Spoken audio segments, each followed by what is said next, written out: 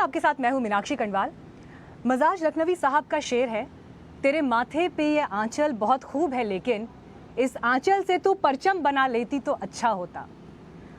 जब भी महिला सशक्तिकरण की बात होती है तो उन क्रांतिकारी विचारों में साहित्य से निकला ये एक शानदार शेर है, लेकिन ये साहित्य का शेर है।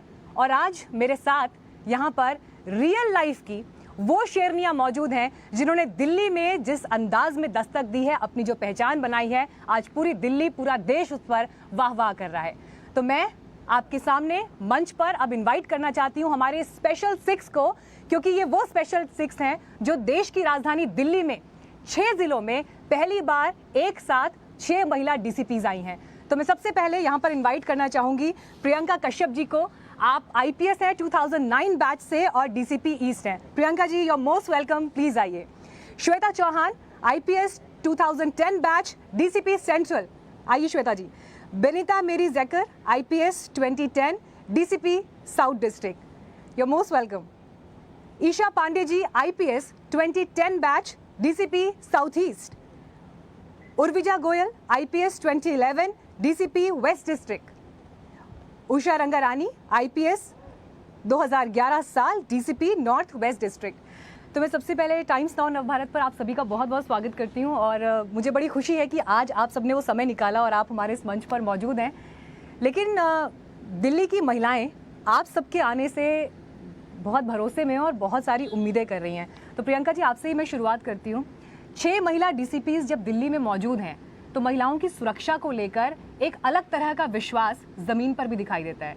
जब से आपने, इनफैक्ट आप 6 लोगों ने जब कमान संभाली, तो किस तरह का फीडबैक आया और कितनी बड़ी जिम्मेदारी आपको महसूस हो रही है? मैं इसके बारे में ऐसा सोचती हूँ कि हम लोग ऑफिसर्स हैं और हम पुलिस ऑफिसर्स हैं, तो हमारे पास हमेशा जो पीड़ित लोग होते हैं या जिनको डिस्ट्रेस होता है हमारे पास आते हैं और हमें एज ऑफिसर्स देखते हैं। So definitely being a lady officer, एक जैसा कि आपने बोला कि हमारी सेंसिटाइजेशन ज़्यादा रहती है, हम लोग नेचुरली सेंसिटिव रहती हैं बिकॉज हम लोग उनकी तकलीफ़ों को ज़रा समझ सकती हैं। तो सुरक्षा को लेकर दिल्ली पुलिस अपने आप में ही एक स्टैंडर्ड सेट करती आ रही है और हम लोग भी उस स्टैंडर्ड के तौर पर काम करना चाहते हैं और every day we improve. So मैं ये कहना चाहूँगी कि definitely as lady officers we will add on to the responsibilities given to us और बखूबी निभाना चाहेंगे। यानी हम ये मान सकते हैं कि दिल्ली अब महिलाओं के लिए पहले से ज़्यादा सुरक्षित होगी और आप लोगों के आने से एक अलग तरह का विश्वास ज़मीन पर भी दिखाई देगा। बेनिता, जब मैं आपका प्रोफाइल देख रही थी तो देखिए, निर्भया केस देश की राजधानी में हुआ था और उस समय आप पीड़ित परिवार के साथ क्लोजली जुड़ी रही, आप इनफैक्ट सिंगापुर तक गई। आपने जो उस समय देखा, मैं आपसे ये जानना चाहूँगी कि एक ऑफिसर से अलग जिसने यूनिफॉर्म पहनी हुई है, उस यूनिफॉर्म के भीतर जो एक महिला थी, उस महिला के ऊपर क्या बीतती थी निर्भया को उस हाल में देखते हैं? और ये सवाल पूछने का मकसद ये है क्योंकि एक वुमेन ऑफिसर इस तरह के मामलों को जिस नज़र से देखती है, मुझे लगता है आपकी ज़ुबान से आज वो देश को ज़रूर जानना चाहिए। जब वो इंसिडेंट हुआ, पीसीआर कॉल जब हुई, उस टाइम से लेके उस केस के आखिरी तक मैं उस केस के साथ जुड़ी हुई थी। केस एंड इन्वेस्टिगेशन से ज़्यादा मैं फैमिली के साथ बहुत क्लोजली एसोसिएटेड थी, आज भी हूँ। वो एक इंसिडेंट हम सब के लिए एक आई ओपनर था and for me as an officer it was a learning experience. I think I grew as an officer, and being a lady, definitely I could see the pain that she was going through, the pain that her mother was going through. I could connect to it. Today I am a mother, I can feel that. I know what she would have gone through seeing her daughter there. So I could connect to her very easily. Her mother saw me as her own daughter, and that's how I think I could establish that connect between the police and the family. कि तब से लेकर अब तक जिस तरह से हालात बदले हैं, लेकिन श्वेता, जब आपने यूनिफॉर्म पहनी तो मुझे पता है कि मर्दों की दुनिया में जब एक महिला अपना नाम बनाती है तो उसका एक अलग इम्पैक्ट होता है। I don't want to sound stereotype, लेकिन ये एक बात तो है। और जब जब बात जेंडर बायस की होती है और ख़ास तौर पर वो क्षेत्र, चाहे हम आर्मी के कॉम्बैट रोल की बात करते हैं या हम फाइटर पायलट्स की बात करते हैं, उसी तरह से जब हम पुलिस में महिलाओं की बात करते हैं, उस जेंडर बायस में जब आपने पहली बार यूनिफॉर्म पहनी तब से लेकर अब तक आपने कितने चेंजेस महसूस किए? अपने अंदर तो चेंज आ ही रहा है। हाँ, जब लोगों का शुरू- परसेप्शन बदला है? लोगों का परसेप्शन बदला है। और पिछले जैसे अभी 11 साल से मैं सर्विस में हूँ, तो लोगों से जब पहले मिलते थे तो एक फीमेल ऑफिसर या लेडी ऑफिसर एक अजब सी कोई नई सी चीज़ समझी जाती थी। Even though there were officers हमसे पहले बहुत नामी और बहुत अच्छी और सक्सेसफुल ऑफिसर्स हुई हैं, पर थोड़ा था, अब थोड़ा एक्सेप्टेंस हो गया है। अब ऐसा नहीं लगता है कि कोई नई सी बात है, थोड़ी नई है लेकिन इतनी भी नई नहीं लगती लोगों को। और मुझे लगता है कि जब कोई इस तरह के रोल्स में लोग महिलाओं को देखते हैं तो जो बाकी महिलाएं जो शायद वहाँ नहीं हैं लेकिन उनको भी उनको देखने का नज़रिया थोड़ा बदलता है।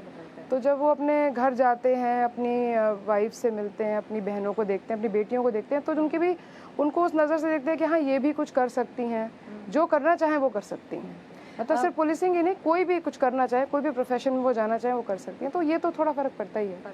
जी। उषा, आप क्या ये मानती हैं कि ये फैसला हुआ, बहुत शानदार फैसला है, इसमें कोई डाउट नहीं है, लेकिन क्या ये देर से लिया गया एक ऐतिहासिक फैसला है? थोड़ा और पहले हो जाना चाहिए था? देखिए, मैं इस बात को मानती हूँ कि एक ऐतिहासिक फैसला है। पहली बार दिल्ली में इतनी महिलाएं कप्तान की पोजीशन पर हैं। वाओ। 6 महिलाएं हम लोग। जी। तो निश्चित ही बहुत ही अच्छा हमारे सीपी साहब ने सोचा और सबको अपॉर्चुनिटी भी दी है और एक कॉन्फिडेंस है।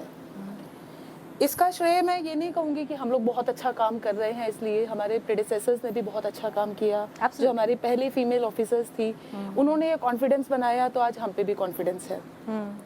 लेकिन जो मुझे एक चीज़ जो दिल से फील होती है कि सिर्फ ऊपर की पोजीशंस हम भर देते हैं, सीनियर ऑफिसर्स फीमेल्स आ जाएं, नीचे वालों को भी उतना ही एम्पावर किया जा रहा है इस रेजिम में।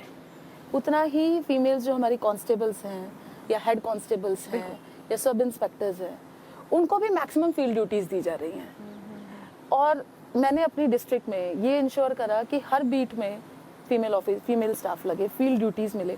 देखिए, हमारे लेवल पे ऑब्वियसली सैलरी ज़्यादा है, कुछ फैसिलिटीज़ भी हैं, व्हीकल्स हैं, सब कुछ हमको मिलता है, लेकिन जो फील्ड लेवल पर है, जो लड़कियां कांस्टेबल्स रैंक पर हैं या फिर हेड कांस्टेबल रैंक पे हैं, उनको एम्पावर करने की बहुत ज़रूरत है। तो मैंने उसको शुरू करा और मैं देखती हूँ दे आर परफॉर्मिंग ब्रिलियंटली, बहुत ही अच्छा।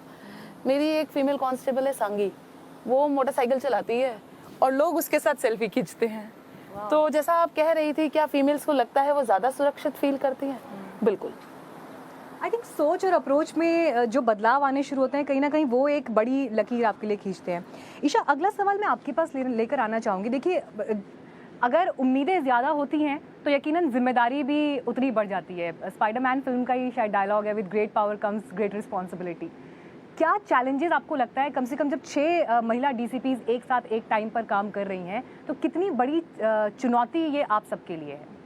देखिए, जैसे उषा ने पहले कहा और श्वेता ने भी कहा कि हमारे पहले जो महिला अफसर रही हैं, उन्होंने जो काम किया है उनके ऊपर हम बिल्ड कर रहे हैं। उन्होंने जो ग्लास सीलिंग्स तोड़ी हैं, आज उनका फ़ायदा हम उठा रहे हैं और इन डिसीजन मेकिंग पोजीशंस में हम बैठे हैं।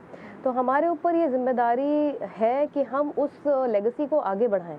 हमारे एक कदम को, जो कि हम जितना आपने कहा जिम्मेदारी हमारे ऊपर है, स्क्रूटनी भी उतनी ज़्यादा ही होगी। तो हम कोई एक छोटे से कदम से भी आने वाले किसी का नुकसान ना हो। आई थिंक सबसे बड़ी चुनौती ये है कि हम कोई भी कदम गलत ना उठाएं और जो जिम्मेदारी हमें दी गई है उसको फुल प्रूफ तरीके से अच्छे से निभाएं। चलिए, उम्मीदें यहाँ कई हैं, लेकिन उर्विजा, ये सवाल मैं आपके पास लेकर आती हूँ। जब पहली बार वर्दी पहनी थी, पहली बार जब यूनिफॉर्म पहनी थी, उस वक्त क्या फीलिंग थी? और फिर मैं कंपैरिजन पूछूंगी कि अब जब डीसीपी रैंक पर आप हैं, तो अब कितना फ़र्क है भावनाओं में? जब पहली बार वर्दी पहनी थी तो बहुत ही रिस्पॉन्सिबिलिटी वाली फीलिंग आई थी जो इस वर्दी के साथ आती है। और मुझे याद है, मेरे एक फ्रेंड ने, जो मेरे बैचमेट हैं, उन्होंने ये कहा भी था कि जैसे जैसे इस पर रैंक बढ़ती जाती है वैसे वैसे हमें उस 1 स्टार एक्स्ट्रा लग गया, फिर 1 स्टार और एक्स्ट्रा लग गया, फिर अशोक लग गया, तो हमारे कंधों पर उसका भार हमें महसूस हो रहा था। और अगर अभी बात करें जब हम डीसीपी डिस्ट्रिक्ट के पोस्ट पे पोस्ट हो गए हैं, तो ये बहुत ही अच्छी अपॉर्चुनिटी है जिससे हम लोगों के साथ कनेक्ट कर सकते हैं। और जो हमने सोचा था ये वर्दी पहनते टाइम कि हम क्या क्या करना चाहेंगे once we are in the field, वो सारा करने का ये हमारे पास एक अच्छा मौका है। तो मुझे पूरी उम्मीद है और मुझे पूरा यकीन है कि हम उस पर खरे उतरेंगे। देखिए, उम्मीदों और यकीनों की जब बात होती है तो पुलिस को लेकर जब भी हम बात करते हैं तो एक जो पहला इंप्रेशन आता है दिमाग में होता है कि बड़ा सख्त छवि होगी और एकदम बड़े स्ट्रिक्ट रोल में आप रहते हैं और बिल्कुल अपने नियमों में, अनुशासन में किसी तरह की कोई ढील ढाल नहीं होनी चाहिए। और जब आपको शातिर अपराधियों को पकड़ना है, हम देखते हैं फिल्म्स में किस किस तरह के सीन्स आते हैं, लेकिन रियलिटी क्या है वो आप लोग ज़्यादा बेहतर समझते हैं। और प्रियंका जी, जब मैं आपका ही प्रोफाइल देख रही थी तो देखिए जिस तरह के अचीवमेंट्स आपकी लाइफ में रहे हैं, मैं बता दूं अपने दर्शकों को भी, प्रियंका ने गोवा नॉर्थ की एसपी रहते हुए 1993 मुंबई बम ब्लास्ट के वांटेड क्रिमिनल श्याम किशोर गरिकापट्टी उर्फ ब्लैक स्कॉर्पियन को गिरफ्तार किया था, जो कि डी कंपनी के लिए काम करता था। ये जो तरीका है जिस टाइम पर आपको इस तरह के अपराधियों से जूझना है, क्योंकि एक छवि लोगों के दिमाग में ये होती है कि महिला ऐसे सख्त अंदाज में ज़मीन पर कैसे जाएगी, या ठीक है महिलाओं को गार्ड करके चलो, उनको एकदम ऑन फील्ड ऐसी ड्यूटी के लिए मत भेजो। लेकिन आपने जिस वक्त इस असाइनमेंट को कंप्लीट किया, वो वक्त कैसा था और किस तरह की मुश्किलें आपके सामने आई थी उस वक्त? तो जैसे कि आपने मुझे पूछा और आपने कहीं ना कहीं ये भी हिंट किया कि ये एक सोच रहती है कि जब भी सख्त क्रिमिनल आते हैं या सख्त सिचुएशन आती है तो उस पर थोड़ा सा एक हिचकिचाहट रहती है कि लेडी ऑफिसर किस तरह का परफॉर्म करेगी। बट मुझे ये लगता है कि हम लोग 6 ऑफिसर्स आपके सामने बैठी हैं और जितना मैंने एक्सपीरियंस 12 इयर्स में लिया है, मेरे जो अपने एक्सपीरियंस को लेकर और मेरी जो लेडी टीम जो रही है मेरे साथ, लेडी ऑफिसर्स रही हैं, they have performed probably better. And इस पर्टिकुलर केस को लेके जैसे कि आपने मेंशन किया, इट वाज अ वेरी जिसे कहते हैं we had to be very precision based operation था हमारा। There was lot of information building और वो मैंने in fact on a personal basis एक टीम बनाई अपनी और 2-3 महीने लगे हमें इसको बिल्ड करते हुए and finally we were able to catch him. अच्छा, आपने जब इस अपराधी को पकड़ा उस समय परिवार को पता था कि आप ये करने जा रही हैं? आई एम श्योर वो ड्यूटी कॉल है तो जाहिर नहीं कर सकते, लेकिन जब उन्हें पता चल गया, ये चीज़ खबरों में आ गई, न्यूज़पेपर्स में आ गई, उनका क्या रिएक्शन था? Extremely proud and surprised and worried whenever you touch base with such things, तो थोड़ा परिवार में घबराहट रहती है। I have served in Nagaland also, तो मुझे अभी भी याद है मेरी मदर, जब मैं इवनिंग में पेट्रोलिंग के लिए निकलती थी तो मेरी मदर हमेशा परेशान रहती थी। So but then I had to tell her कि ये मेरी ड्यूटी और ये मुझे करना पड़ेगा। She used to always ask कि करना ज़रूरी है, तो आई यूज्ड टू से कि नहीं, ये ड्यूटी है और ये करनी पड़ेगी। और देखिए, मेरे पास तो जो इस वक्त यहाँ पर रिकॉर्ड्स भी मौजूद हैं, ये रिकॉर्ड्स मैं पढ़ती जाऊँगी, ख़त्म नहीं होंगे, क्योंकि हमारे स्पेशल 6 के ऐसे अचीवमेंट्स हैं। उषा, आपका मैं एक रिकॉर्ड यहाँ पर पढ़ रही थी। उषा ने अपने कार्यकाल में ऐसे कई काम किए जिससे पता चलता है कि वो कितनी निडर ऑफिसर रही हैं। नॉर्थ वेस्ट डिस्ट्रिक्ट के डीसीपी का पद संभालते ही एक शोरूम में दिन दहाड़े डकैती का ये मामला था, जिसमें 48 घंटे में ही इन्होंने इस केस को सुलझा दिया। और इस मामले में न सिर्फ 17 आरोपियों की गिरफ्तारी हुई थी, बल्कि 6 किलो से ज़्यादा सोने की ज्वेलरी को रिकवर भी किया गया था। जिस दिन मैंने ज्वाइन करा, मेरा ऑर्डर जिस दिन आया, मैं पीसीआर में थी, उससे पहले डीसीपी पीसीआर का चार्ज देख रही थी। मुझे नेक्स्ट डे दूसरे डिस्ट्रिक्ट में ज्वाइन करना था। मैं उसकी तैयारियों में बिजी थी कि मैं क्या करूँगी पहले दिन। और उसी दिन रात को मुझे पता पड़ा इतनी बड़ी सेंसेशनल डकैती हो गई है। 6 किलो से ज़्यादा की ज्वेलरी पीतमपुरा के एरिया से रिलायंस ज्वेलरी शोरूम से चोरी हो गई है। चोरी क्या, डकैती हो गई। It was absolutely a blind case. I joined, teams काम कर रही थी, मैंने उनको मोटिवेट करा, अपने स्पेशल स्टाफ को लगाया, जितनी टीम्स थी, जो क्लूज हमको मिले, पहले हमने गाड़ी रिकवर करी। आई फील कि अराउंड 1000 सीसीटीवी कैमरास हमने पूरे एरिया के छांट मारे। फॉरवर्ड लिंकेज, बैकवर्ड लिंकेज, कौन सा रास्ता ले सकते हैं, कौन कहाँ से जा सकता है। मेटिकुलस इन्वेस्टिगेशन पूरी टीम ने मिलकर करी, और न सिर्फ मेल ऑफिसर्स, फीमेल ऑफिसर्स, सब ने मिलकर, और हमें वो सक्सेस मिली। पहले ही दिन जब आई स्टिल रिमेंबर कि जिस दिन मैं गई तो बहुत बड़ा था, मीडिया में भी काफ़ी हाईलाइट हुआ था, लोगों में भी काफ़ी चिंता हो रही थी। एक डर की फीलिंग आती है जब ऐसे बड़े केसेस हो जाते हैं, तो पुलिस से एक्सपेक्टेशन बढ़ जाती है। जितना जल्दी आप सॉल्व करोगे उतना जल्दी आप कॉन्फिडेंस गेन करोगे अपनी जनता का। तो मेरे आगे ये सबसे बड़ा चैलेंज था। मैं लोगों से मिली, आई रिमेंबर कि कुछ लोग मेरे से मिलने आए, मैंने कहा आप मुझे समय दीजिए, मैंने आज ही ज्वाइन करा है, मैं कुछ करूँगी। शाम तक मेरी किस्मत भी अच्छी रही, मेरी टीम ने बहुत हार्ड वर्क किया और हमने पकड़ लिया। और पहले ही दिन आते ही मेरे को इतनी बड़ी प्रेस कॉन्फ्रेंस करनी पड़ी क्योंकि वो बहुत ही बड़ा केस था। तो मेरे लिए एक बहुत अच्छा एक्सपोजर रहा उस केस का। At the same time challenge बहुत बड़ा था और एक सेटिस्फेक्शन की फीलिंग आई। एक दिन का केस नहीं था ये, उसके बाद ये चलता रहा, लिंक्स जुड़ते रहे। 17 आरोपियों को पकड़ना, बिहार से, बंगाल से और कहाँ से, सब भाग गए थे। और इसीलिए आज जब ये प्रोग्राम हम आप लोगों के साथ कर रहे हैं तो हम बार बार कह रहे हैं कि ये दिल्ली की दुर्गा शक्ति हैं इस अचीवमेंट की वजह से। और इस तरह के जो लगातार आपको एक से बढ़कर एक टफ असाइनमेंट सामने आते हैं उसको जब कंप्लीट करना होता है। लेकिन अगर श्वेता ये सवाल मैं आपके पास लेकर आऊँ, देखिए यहाँ पर तो बात अपराधियों की हो रही है कि कैसे शातिर अपराधियों को उनके कॉलर तक पकड़कर, उनको सलाखों के कॉलर से पकड़कर सलाखों के पीछे लेकर जाना। लेकिन आपका प्रोफाइल जब मैं देख रही थी तो बड़ा इंटरेस्टिंग इसमें था कि डीसीपी के पद पर रहते हुए आपने देश के सबसे वीआईपी ज़िले नई दिल्ली को भी संभाला है।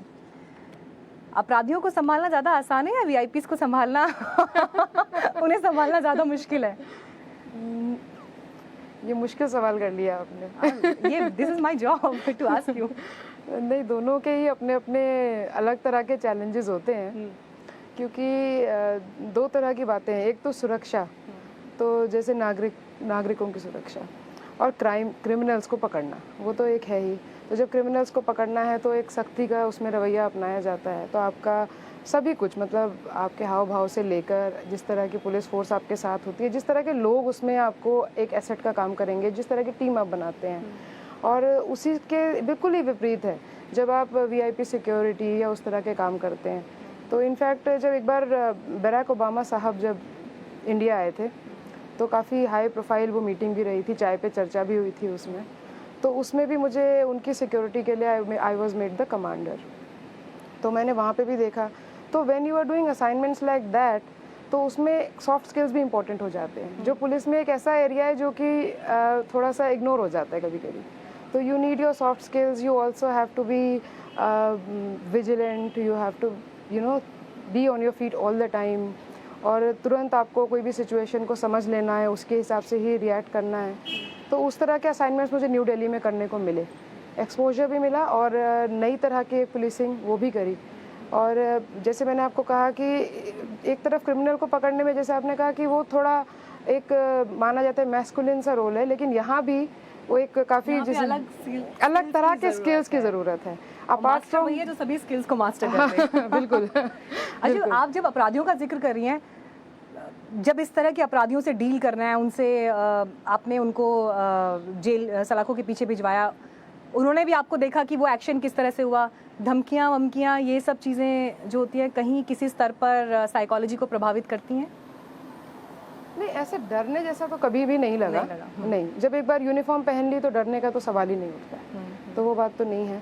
लेकिन हाँ, आपको स्ट्रेस ज़रूर हो जाता है, क्योंकि एक तो काम का तो स्ट्रेस रहता ही है और जिम्मेदारी हमेशा फील होती है। अगर कोई भी क्राइम हो गया तो आप ऐसा लगता है जैसे कि कहीं चूक तो नहीं हो गई हमसे, तो जल्दी से जल्दी पकड़ लें, जल्दी सॉल्व कर लें, फिर उसी पे स्ट्रेस। और देखिए, जब अभी थोड़ी देर पहले आप लोग ये जिक्र कर रहे थे कि जो केस सॉल्व किया उसके बाद आपने पहली प्रेस कॉन्फ्रेंस की, तो वो एक बड़ी प्रेस कॉन्फ्रेंस थी, मीडिया ने इतने सवाल आप लोगों के ऊपर उठाए थे। तो ईशा, ये मैं आपके पास लेकर सवाल आ रही हूँ क्योंकि अपने दर्शकों को बता दूँ कि ईशा ने जर्नलिज्म भी एक ब्रीफ टाइम के लिए किया है और उसके बाद फिर आप IPS के लिए चुनी गई।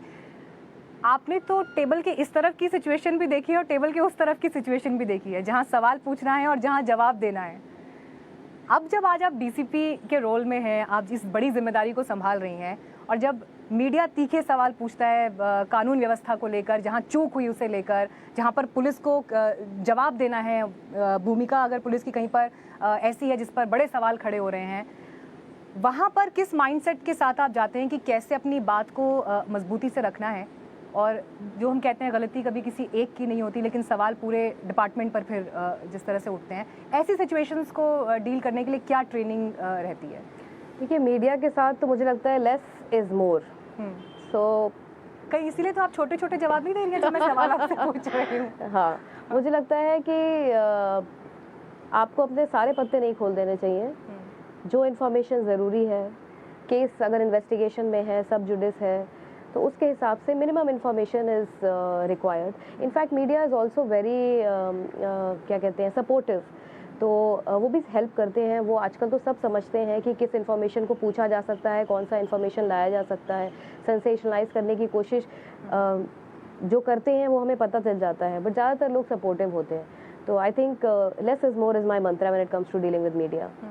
बनीता, अभी तक के करियर में आप लोगों ने, जो हम कहते हैं ना कि जब एक महिला किसी ऐसे रोल में आती है जहां वो टॉप पोजीशन पर है, और एक लड़ाई परसेप्शन की होती है कि लोग भी ये स्वीकार करें कि आप उस पोजीशन पर हैं और जो ऑर्डर्स आप दे रहे हैं वो उस तरह से फॉलो होने हैं, कोई आपको लाइटली ना ले या कोई उस चीज़ को बड़े हल्के अंदाज में ना ले। ये चैलेंजेस क्या आपने अपने अभी तक के करियर में फेस किए? अभी तक जो मेरा एक्सपीरियंस रहा है वो हमारे पुलिस फोर्स की तरफ से एज वेल एज पब्लिक की तरफ से बहुत ही सपोर्टिव रहा मैं है। विद इन डिपार्टमेंट बात कर रही हूँ कि जो लोग साथ काम करते हैं within the police force, seniors as well as juniors and colleagues बहुत ही सपोर्टिव रहे हैं, एंड वो हमें एज इक्वल मानते हैं कि ये हमारे अफसर हैं, लेडी अफसर या मेल अफसर नहीं, ये मेरे अफसर हैं, उन्होंने हमें एक ऑर्डर दिया है, वो हमारी ड्यूटी है करना, वही रहा है। छूट सबसे होती है, junior senior colleagues, it is never gender based. So till now जो मुझे पुलिस फोर्स से, अपने टीम से जो भी उनका receptivity to my commands, it has been very very positive and that's the way it should be. Challenges देखिए कितने हैं उस पर बात हुई, या किस तरह के असाइनमेंट सामने आते हैं, कितनी मुश्किलात सामने आती हैं जब आप देश की सुरक्षा में जुटे हैं, अपने क्षेत्र की सुरक्षा में जुटे हैं। ऐसे में फैमिली कहीं पीछे छूट जाती है, या फैमिली के साथ कैसे जो है सामंजस्य बिठाना है? और वजह जब 24/7/365 के जॉब में आप लोग हैं, घर से फ़ोन आते हैं और ड्यूटी ज़्यादा ज़रूरी होती है, कैसे मैनेज करते हैं? मैनेज करना ही पड़ता है। मेरा बेटा अभी छोटा है तो मुझे इतने सारे सवाल नहीं होते जितने मेरे बाकी के कलीग्स को होते होंगे, बट उनको भी ये पता है, बच्चे भी ये समझते हैं कि मम्मी अगर जा रही हैं तो वो बदमाशों को पकड़ेंगी और एक बेटर सोसाइटी इस्टेब्लिश करेंगी। इस तरीके से भी बच्चों का माइंडसेट बन जाता है। उनको पता है कि शाम में आएंगे, रात में आएंगे, उनके साथ टाइम स्पेंड करा जाएगा थोड़ा बहुत। उन्होंने भी अपने आप को इसी तरीके से ढाल लिया है। बाकी इसमें जैसा कि हम सब ने एक्सपीरियंस किया है, हमारे जो सपोर्ट सिस्टम्स होते हैं वो बहुत काम आते हैं। परिवार के लोग बहुत इम्पॉर्टेंट रोल प्ले करते हैं इसमें। जो माँ बाप और पेरेंट्स इन लॉ होते हैं वो एटलीस्ट किड्स के पॉइंट ऑफ व्यू से वो बहुत सपोर्ट सिस्टम उस तरफ से बहुत ज़रूरी होता है। बट ये टाइम मैनेजमेंट की बात है, धीरे धीरे हम सब सीख लेते हैं। प्रियंका, अब जब जैसे जिस बात का वो जिक्र कर रही हैं, बच्चों के बर्थडेज आते हैं, अगर फेस्टिवल्स आते हैं, न्यू ईयर आता है, ये वो टाइम होता है जब बाकी दुनिया घर पर होती है और आप लोग सड़कों पर हालात सामान्य रहें, ये जिम्मेदारी आप लोगों के कंधे पर होती है। बिल्कुल। आई थिंक सैक्रिफाइस है, वी ऑल सैक्रिफाइस दैट, और बच्चे सबसे ज़्यादा सैक्रिफाइस करते हैं, बट हम लोग सब मेंटली प्रिपेयर्ड हैं। एंड आई थिंक एक जैसे कि उर्विजा ने बताया, बच्चे भी समझते हैं इस बात को कि मम्मी किसी अच्छे काम के लिए जा रही है। एक वक्त है, इनफैक्ट आता रहता है वो बार बार, जब मेरा बेटा मुझे मैडम बुलाना शुरू कर देता है, तो वो अंडरस्टैंड करते हैं कि हमारा ये रोल इम्पॉर्टेंट है। एंड आई थिंक जो सिस्टमिक एक सपोर्ट है, जैसे कि हमारे परिवार के, हमारे सीनियर्स सब मिलजुल के हमें एक अच्छा काम करने के लिए ही सपोर्ट करते हैं। So we learn to manage, but yes sacrifice है। उषा, आपके लिए फैमिली फ्रंट और ऑफिस फ्रंट, इन दोनों को जब बैलेंस करने की बात आती है तो किस तरह की चैलेंजेस सामने आते हैं? मेरा बेटा 5 साल का है, उर्विजा का बेटा छोटा है, कम सवाल पूछता है, पर मेरा बड़ा हो गया है। तो जैसा सभी ने कहा कि सपोर्ट सिस्टम मैटर करता है। एक दिन मैं जाने लगी सुबह को, तो मुझसे पूछता है, mama why are you going, stay with me, sit here. तो before I could, I was, बेटे ने मम्मा को ऑर्डर दे दिया। I got emotional, but I had to go. So my husband was standing there. वो वहीं पे खड़ा था। उसने कहा, बेटा, मम्मा is going to catch the criminals. मम्मा जाएगी और पकड़ के आएगी criminals को। तो उसने मुझसे पूछा कि मम्मा why do you want to catch the criminals? मेरी immediately जो status था emotional से, मैं witty state में आ गई। मैंने कहा, अरे बाबा, the criminals have stolen your toys. तुम्हारे toys सारे चुरा के ले गए हैं, पकड़ के लाना है, टॉयज लाना है। Okay, so you will come in the evening. तो मैंने कहा, नहीं बेटा, मुझे रात हो जाएगी, टाइम लगेगा ना, बहुत सारे टॉयज लेके गए हैं। तो somehow we also train our children like this कि वो अंडरस्टैंड कर लेते हैं। अब वो मुझे हैप्पीली भेजता है हर दिन, bye mama, mama you are going to catch the criminals ना? Yes, I am going to catch the criminals.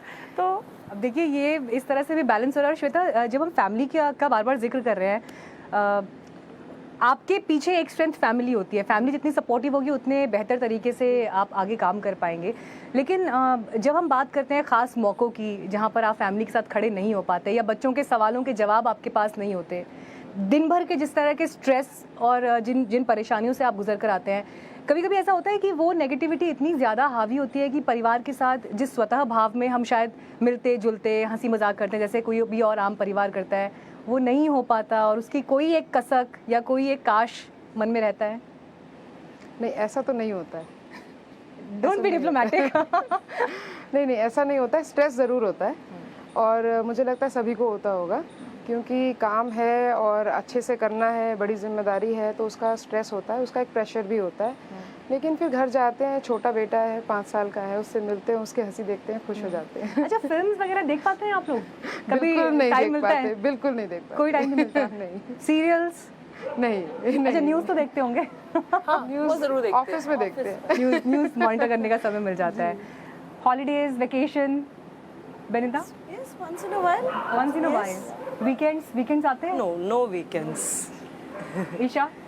Vacations तो मिल जाती हैं, टाइमली प्लान करनी पड़ती हैं, पहले से परमिशन अच्छा, लेनी आपने पड़ती है। तो 3 किताबें भी लिखी हैं और ये टाइम जो बीइंग एन ऑथर, राइटर, ये समय मतलब कैसे आपने अलग निकाला? कई और पोस्टिंग्स रही हैं मेरी जिसमें मेरे पास जो टाइम होता था, स्पेशली जब हम आउटसाइड सेगमेंट्स में जाते हैं, यूटी कार्डर में, मैं लक्षद्वीप में 3 साल पोस्टेड रही हूँ, अरुणाचल में रही हूँ, तो वहाँ पे थोड़ा समय निकालना आसान होता है। दिल्ली में वो समय नहीं मिल पाता, तो जब वहाँ पोस्टेड थी तो वो समय निकाल लेती थी। देखिए, कार्यक्रम की शुरुआत मैंने मजाज साहब के शेर के साथ शुरू करी। लखनऊ से आपका नाता है, नज़ाकत नफासत का शहर है। कुछ भी आज आपसे सुनने को मिले, हमें भी पता चले कि यूनिफॉर्म में जो एक सख्त अंदाज होता है, उसके अंदर एक शायर दिल या एक लेखक भी तो छिपा बैठा है। ये शेर तो मेरा नहीं है, लेकिन मुझे पसंद बहुत है। इरशाद। मेरे आशियाँ में क्या है, मेरे आशियाँ में क्या है, मेरा आशियाँ जला दे। मैं चमन में खुश नहीं हूँ, मैं चमन में खुश नहीं हूँ, मेरे और हैं इरादे। क्या बात है।